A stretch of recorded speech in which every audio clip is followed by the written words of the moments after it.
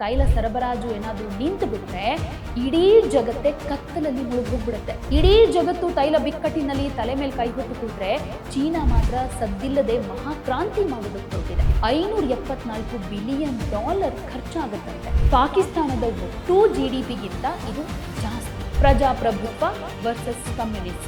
ಹಾಗಾದ್ರೆ ಭಾರತ ಕೈಕಟ್ಟಿ ಕೂತಿದ್ಯಾ? ಎಲ್ರಿಗೂ ನಮಸ್ಕಾರ. ನೀವು ನೋಡ್ತಾ ಇರೋದು ಒನ್ ಇಂಡಿಯಾ ಕನ್ನಡ. ನಾನು ಪ್ರತಿಮಾ. ವೀಕ್ಷಕರೇ, ಇಡೀ ಜಗತ್ತು ಇವತ್ತಿಗೂ ಅರಬ್ ರಾಷ್ಟ್ರಗಳ ಕಚ್ಚಾ ತೈಲದ ಮೇಲೇನೆ ಬದುಕ್ತಾ ಇರೋದು. ಇನ್ ಕೇಸ್ ಯುದ್ಧ ನಡೆದು ತೈಲ ಸರಬರಾಜು ಏನಾದರೂ ನಿಂತು ಬಿಟ್ರೆ ಇಡೀ ಜಗತ್ತೇ ಕತ್ತಲಲ್ಲಿ ಮುಳುಗೋಗ್ಬಿಡುತ್ತೆ.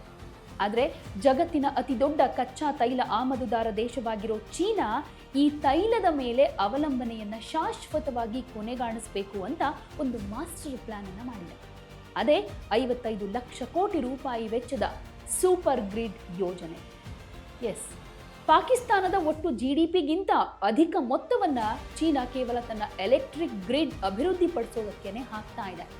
ಸೊ ಇವತ್ತಿನ ವಿಡಿಯೋದಲ್ಲಿ ನಾವು ಚೀನಾದ ಈ ಸೂಪರ್ ಗ್ರಿಡ್ ಐಡಿಯಾ ಏನು, ಹಾಗೆ ಭಾರತದಿಂದ ಇಂತಹ ಬೃಹತ್ ಯೋಜನೆಯನ್ನ ಮಾಡೋದಕ್ಕೆ ಯಾಕೆ ಸಾಧ್ಯ ಇಲ್ಲ ಅನ್ನೋ ವಿಚಾರದ ಬಗ್ಗೆ ಒಂದಷ್ಟು ಮಾಹಿತಿಯನ್ನ ಕೊಡ್ತಾ ಇದ್ದೀವಿ.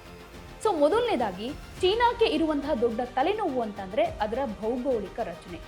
ಚೀನಾದಲ್ಲಿ ಅತಿ ಹೆಚ್ಚು ಗಾಳಿ ಹಾಗೆ ಸೂರ್ಯನ ಬೆಳಕು ಸಿಗೋದು ಅದರ ಪಶ್ಚಿಮ ಮತ್ತು ಉತ್ತರ ಭಾಗದ ಮರುಭೂಮಿ ಪ್ರದೇಶಗಳಲ್ಲಿ. ಆದರೆ ಅತಿ ಹೆಚ್ಚು ಫ್ಯಾಕ್ಟರಿಗಳು ಮತ್ತು ಜನಸಂಖ್ಯೆ ಇರೋದು ಪೂರ್ವ ಕರಾವಳಿಯ ಬೀಜಿಂಗ್ನಲ್ಲಿ ಹಾಗೆ ಶಾಂಘೈನಂತಹ ನಗರಗಳಲ್ಲಿ. ಅಂದರೆ ವಿದ್ಯುತ್ ಉತ್ಪಾದನೆ ಆಗೋದು ಒಂದು ಕಡೆ, ಅದರ ಬಳಕೆ ಆಗೋದು 2-3 ಸಾವಿರ ಕಿಲೋಮೀಟರ್ ದೂರದ ಇನ್ನೊಂದು ಕಡೆ ಅಂತ. ಇದಕ್ಕಾಗೇನೆ ಚೀನಾ UHV ಅಂದರೆ ಅಲ್ಟ್ರಾ ಹೈ ವೋಲ್ಟೇಜ್ ಅಂದರೆ ಹೆಚ್ಚು ವೋಲ್ಟೇಜ್ ಹೊತ್ತೊಯ್ಯುವಂತಹ ವಿದ್ಯುತ್ ಮಾರ್ಗಗಳನ್ನು ನಿರ್ಮಿಸ್ತಾ ಇದೆ. ಇದನ್ನೇ ಸೂಪರ್ ಗ್ರಿಡ್ ಅಂತ ಕರೆಯೋದು. ಇದರಿಂದ ಏನಾಗುತ್ತೆ ಅಂತ ನೋಡೋದಾದ್ರೆ ನಷ್ಟವಿಲ್ಲದ ಸಾಗಣೆ ಅಂತ. ಈ ಸಾವಿರಾರು ಕಿಲೋಮೀಟರ್ ದೂರಕ್ಕೆ ಕರೆಂಟ್ ಕಳಿಸಿದ್ರೂ ಕೂಡ ವಿದ್ಯುತ್ ವ್ಯರ್ಥ ಆಗೋದಿಲ್ಲ. ಪೆಟ್ರೋಲ್ ಡೀಸೆಲ್ನಿಂದನೂ ಕೂಡ ಮುಕ್ತಿ ಸಿಗುತ್ತೆ ಅಂತ. ಚೀನಾ ತನ್ನ ಸಾರಿಗೆ ವ್ಯವಸ್ಥೆಯನ್ನು ಸಂಪೂರ್ಣವಾಗಿ ಎಲೆಕ್ಟ್ರಿಕ್ ಮಾಡ್ತಾ ಇದೆ. ಈ ಗಾಡಿಗಳಿಗೆ ಬೇಕಾದ ಗ್ರೀನ್ ಎನರ್ಜಿಯನ್ನ ಈ ಸೂಪರ್ ಗ್ರಿಡ್ ಒದಗಿಸುತ್ತೆ. ತೈಲಕ್ಕಾಗಿ ಬೇರೆ ದೇಶಗಳ ಮುಂದೆ ಕೈ ಚಾಚೋದು ಕೂಡ ತಪ್ಪದ ಹಾಗಾಗುತ್ತೆ ಅಂತ. ತಂತ್ರಜ್ಞಾನ ಹಾಗೆ ಇನ್ಫ್ರಾಸ್ಟ್ರಕ್ಚರ್ ಅಭಿವೃದ್ಧಿಯಲ್ಲಿ ಚೀನಾ ತುಂಬಾ ವೇಗವಾಗಿ ಸಾಗ್ತಾ ಇದೆ. ಇಡೀ ಜಗತ್ತು ತೈಲ ಬಿಕ್ಕಟ್ಟಿನಲ್ಲಿ ತಲೆ ಮೇಲೆ ಕೈ ಹೊತ್ತು ಕೂತ್ರೆ ಚೀನಾ ಮಾತ್ರ ಸದ್ದಿಲ್ಲದೆ ಮಹಾಕ್ರಾಂತಿ ಮಾಡೋದಕ್ಕೆ ಹೊರಟಿದೆ. ಭಾರತ LPG ಬಿಕ್ಕಟ್ಟಿನಲ್ಲಿ PNG ಇನ್ಫ್ರಾಸ್ಟ್ರಕ್ಚರ್ ಅನ್ನ ಸಮರೋಪಾದಿಯಲ್ಲಿ ಅಭಿವೃದ್ಧಿಪಡಿಸೋದಕ್ಕೆ ಮುಂದಾಗಿರೋ ರೀತಿ ಚೀನಾ ಬಹಳ ಹಿಂದೆನೆ ತೈಲ ಅವಲಂಬನೆ ತಗ್ಗಿಸೋದಕ್ಕೆ ಸೂಪರ್ ಐಡಿಯಾವನ್ನ ಹಾಕಿತ್ತು. ಈಗ ಅದು ಕಾರ್ಯಗತಗೊಳ್ತಾ ಇದೆ. ಇದು ಚೀನಾದ್ಯಂತ ಎಲೆಕ್ಟ್ರಿಕ್ ಹೈವೇ ನಿರ್ಮಿಸೋ ಭಾರಿ ಯೋಜನೆ ಆಗಿದೆ. ವಿವಿಧ ಭಾಗಗಳಲ್ಲಿ ಉತ್ಪಾದನೆಯಾಗುವಂಥ ವಿದ್ಯುತ್ತನ್ನ ಅದರ ಅಗತ್ಯ ಇರೋ ಪ್ರದೇಶಗಳಿಗೆ ಸಾಗಾಟ ಮಾಡೋದಕ್ಕೆ ಚೀನಾ ಇಡೀ ದೇಶಾದ್ಯಂತ ultra high voltage transition network ಅನ್ನ ನಿರ್ಮಿಸ್ತಾ ಇದೆ. ಈ ಜಾಲದಲ್ಲಿ ಬಹಳ ಸಮರ್ಪಕವಾಗಿ ವಿದ್ಯುತ್ತನ್ನು ಸಾಗಿಸಬಹುದು. ಹಾಗೆ ಬಹಳ ಸರಳ ಪರಿಕಲ್ಪನೆ ಕೂಡ ಆಗಿದೆ. ಆದರೆ ಅನುಷ್ಠಾನಗೊಳಿಸೋದು ನಿಜಕ್ಕೂ ಸವಾಲಿನ ಕೆಲಸ ಅನ್ನೋದು ಸತ್ಯ. ಹಾಗೆ ವರದಿಗಳ ಪ್ರಕಾರ ಈ ಮಹಾ ಎಲೆಕ್ಟ್ರಿಕ್ ಹೈವೇ ಅಥವಾ ಸೂಪರ್ ಗ್ರಿಡ್ ಯೋಜನೆ ಜಾರಿಗೆ $574 ಬಿಲಿಯನ್ ಖರ್ಚಾಗುತ್ತಂತೆ. ಅಂದರೆ ಸುಮಾರು 55 ಲಕ್ಷ ಕೋಟಿ ರೂಪಾಯಿಯಷ್ಟು ವೆಚ್ಚವಾಗುವ ಬೃಹತ್ ಯೋಜನೆ. ಪಾಕಿಸ್ತಾನದ ಒಟ್ಟು GDPಗಿಂತ ಇದು ಜಾಸ್ತಿ. ಚೀನಾ ಈಗಾಗಲೇ ಈ ಯೋಜನೆಯನ್ನ ನಿರ್ಮಾಣ ಮಾಡೋದಕ್ಕೆ ಹೊರಟಿದೆ. ದೇಶಾದ್ಯಂತ ಅಲ್ಟ್ರಾ ಹೈ ವೋಲ್ಟೇಜ್ ಟ್ರಾನ್ಸಿಷನ್ ಕಾರಿಡಾರ್ಗಳನ್ನು ನಿರ್ಮಿಸ್ತಾ ಇದೆ. ಸೌರಶಕ್ತಿ, ವಾಯುಶಕ್ತಿ ಇತ್ಯಾದಿ ನವೀಕರಣ ಇಂಧನವನ್ನ ಈ ಕಾರಿಡಾರ್ ಮೂಲಕ ಬೇರೆ ಕಡೆ ಸಾಗಿಸೋದಕ್ಕೂ ಕೂಡ ಸಾಧ್ಯ ಆಗುತ್ತೆ. ಸೊ ಇಷ್ಟೆಲ್ಲ ಮಾಡ್ತಾ ಇದೆಯಲ್ಲ, ನಮ್ಮ ಭಾರತ ಯಾಕೆ ಇಷ್ಟು ದೊಡ್ಡ ಮಟ್ಟದಲ್ಲಿ ಇದನ್ನ ಮಾಡೋದಕ್ಕೆ ಸಾಧ್ಯ ಇಲ್ಲ? ಇದನ್ನು ಕೂಡ ಯೋಚನೆ ಮಾಡಬೇಕಾಗುತ್ತೆ. ಇದಕ್ಕೆ ಮುಖ್ಯವಾಗಿ 4 ಕಾರಣಗಳನ್ನ ಕೊಡಬಹುದು. ಅದ್ರ ಬಗ್ಗೆ ಹೇಳೋದಾದ್ರೆ ಪ್ರಜಾಪ್ರಭುತ್ವ ವರ್ಸಸ್ ಕಮ್ಯುನಿಸ್ಟ್, ಸರ್ವಾಧಿಕಾರ ಅಂತ. ಚೀನಾ ಒಂದು ಕಮ್ಯುನಿಸ್ಟ್ ದೇಶ. ಅಲ್ಲಿ ಸರ್ಕಾರ ಒಂದು ಯೋಜನೆ ಹಾಕಿದ್ರೆ ಯೂನಿವರ್ಸಿಟಿಯಿಂದ ಹಿಡಿದು ಹಳ್ಳಿ ತನಕ, ರೈತರ ತನಕ ಯಾರೂ ಪ್ರಶ್ನೆ ಮಾಡೋ ಹಾಗಿರೋದಿಲ್ಲ. ಜಮೀನು ಬೇಕಿದ್ರೆ ಸರ್ಕಾರ ಕಿತ್ಕೊಳ್ಳುತ್ತೆ. ಆದರೆ ಭಾರತ ವಿಶ್ವದ ಅತಿ ದೊಡ್ಡ ಪ್ರಜಾಪ್ರಭುತ್ವ ದೇಶ.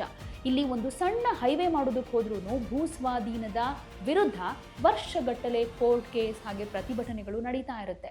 ಸಾವಿರಾರು ಕಿಲೋಮೀಟರ್ ಉದ್ದದ ಸೂಪರ್ ಗ್ರಿಡ್ ನಿರ್ಮಿಸೋದು ಅಷ್ಟೊಂದು ಈಸಿ ಅಲ್ವೇ ಅಲ್ಲ. ಇನ್ನು ಬಂಡವಾಳ ಹಾಗೆ ಆರ್ಥಿಕ ಶಕ್ತಿ ಅಂತ ಬಂದಾಗ ಚೀನಾ ಹೂಡಿಕೆ ಮಾಡ್ತಾ ಇರೋದು ಬರೋಬ್ಬರಿ 55 ಲಕ್ಷ ಕೋಟಿ ರೂಪಾಯಿ. ಭಾರತದ ಇಡೀ ದೇಶದ ಒಂದು ವರ್ಷದ ಬಜೆಟ್ ಮೊತ್ತವೇ ಸುಮಾರು 48ರಿಂದ 50 ಲಕ್ಷ ಕೋಟಿ ಇರುತ್ತೆ.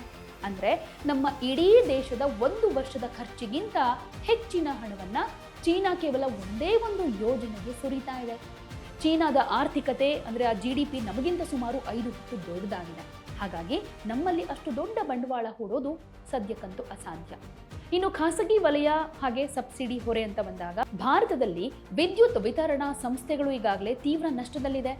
ಫ್ರೀ ಕರೆಂಟ್ ಯೋಜನೆಗಳು ಹಾಗೆ ಸಬ್ಸಿಡಿಗಳಿಂದ ಅವುಗಳ ಬಳಿ ಹೊಸ ತಂತ್ರಜ್ಞಾನಕ್ಕೆ ಬಂಡವಾಳ ಹಾಕೋದಕ್ಕೆ ಹಣ ಇಲ್ಲ. ಆದರೆ ಚೀನಾದಲ್ಲಿ ಸರ್ಕಾರಿ ಸ್ವಾಮ್ಯದ ಕಂಪನಿಗಳೇ ಬ್ಯಾಂಕ್ಗಳಿಂದ ನೇರವಾಗಿ ಕಡಿಮೆ ಬಡ್ಡಿಗೆ ಸಾಲ ಪಡೆದು ಇಂತಹ ಬೃಹತ್ ರಿಸ್ಕ್ ಅನ್ನು ತೆಗೆದುಕೊಳ್ಳುತ್ತವೆ. ಇನ್ನೊಂದು ಟೆಕ್ನಾಲಜಿ ಎಡ್ಜ್ ಅಂತ ಬಂದಾಗ ತಂತ್ರಜ್ಞಾನದಲ್ಲಿ ಚೀನಾ ಜಗತ್ತಿಗೇನೆ ಬಾಸ್.